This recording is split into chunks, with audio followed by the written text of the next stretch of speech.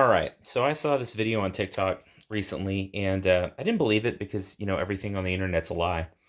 But it actually works. As it was the video was called like the best way to open a pomegranate. So I bought a couple of pomegranates, pretty much just for that reason. Also, my wife likes pomegranates, but mostly the video thing. So let's do a quick anatomy lesson of a pomegranate. This is the way it hangs on the tree, right? So the stem comes in here. And if you ever see a pomegranate flower, they're kind of bulbous at the base like this. They look like a little pomegranate. And the flower opening is right here. So this is what we call a persistent calyx that hangs around after the pomegranate comes off the tree, after it's matured. So if you look really close, you can actually still see parts of some of the flower parts. There's actually a cluster of stamens that you can actually still see even after the pomegranate has fallen off the tree and matured and everything else, which is kind of rare. So a pomegranate, like a pumpkin and a banana and an orange and a watermelon, is actually a berry. It comes from a single flower and a single ovary with multiple seeds. So the first thing you want is a sharp knife, for sure. So we're actually going to open it from the bottom around this calyx because you can see parts of the pomegranate. So I'm going to cut. I'm try to do this without cutting myself on video, so that because that would be cool, right? You're going to cut a square out of it. Make sure you cut all the way through that exocarp, that leathery rind that the pomegranate has. And again, make sure your knife's sharp because there's nothing much more dangerous than a dull knife. So you're going to pull off this bottom part that you just cut out. This didn't come off as well as I wanted it to. And you'll be able to see these membranes inside. So if we kind of cut some of this back. So the membranes and this white pithy part is actually the mesocarp. So the exocarp's the skin. This is the mesocarp. And then all of your arils are parts of the endocarp. So these, you'll probably have heard these called jewels.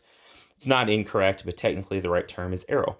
So you can see these, trying to tilt it towards the camera.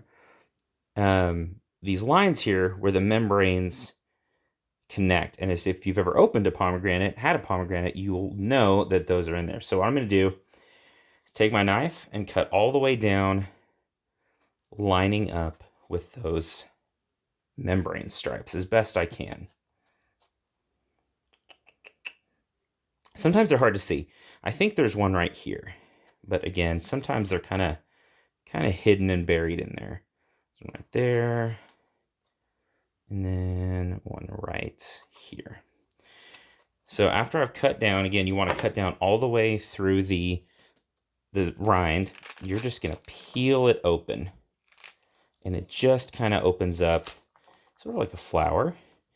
And you can pull that middle part out. And you can see a lot of the arils already come out. And as opposed to like cutting it in half like a lot of people suggest, this actually damages less of the fruit. You get to keep more of those arils, and then they just kind of pop off. Now, one problem I know everyone that's ever opened a pomegranate has had is that when you do it, the seeds or the arils go shooting off all over the kitchen, and they turn your entire universe red. So a cool trick is to actually peel them off underwater. Get a big bowl, the deeper the better. And then just with your hand, kind of peel it back and scrape them out of the rind or the mesocarp here. You can actually get it pretty clean, get most of these off, and then all these little pieces of membrane float up to the top. And then when you're done, you just strain out the water and all of your arils are in a bowl. So, yeah, you're welcome.